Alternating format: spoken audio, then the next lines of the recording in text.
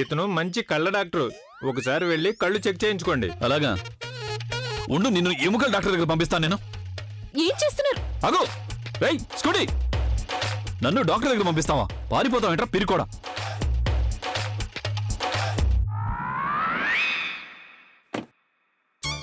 ఏంటలా చూస్తున్నావు? ఇతను కళ్ళ డాక్టర్ అంట, వెళ్ళోసారి చెక్ చేయించుకో. నన్ను చెక్ చేయించుకోమంటున్నాడు.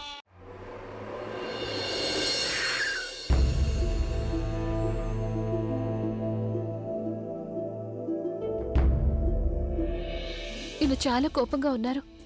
ఒకవేళ అమ్మ ముందు నన్ను తిట్టేశారంటే. అక్క బావా మీరిద్దరూ నాకు ముందే తెలుసు నువ్వు పెద్దమ్మని కలవడానికి తప్పకుండా వస్తావని. నేను వెళ్ళి పెద్దమ్మకి ఈ విషయం చెప్తాను, సంతోషిస్తుంది. రండి బావగారు. నువ్వు పద పూర్ణిమ, మేము వస్తాం. అలాగే. చూడండి, నేను మీ మాట విన్నాను కదా, ఇప్పుడు మీరు నా మాట వినాల్సి ఉంటుంది. నువ్వు మళ్ళీ నోరెత్తావా?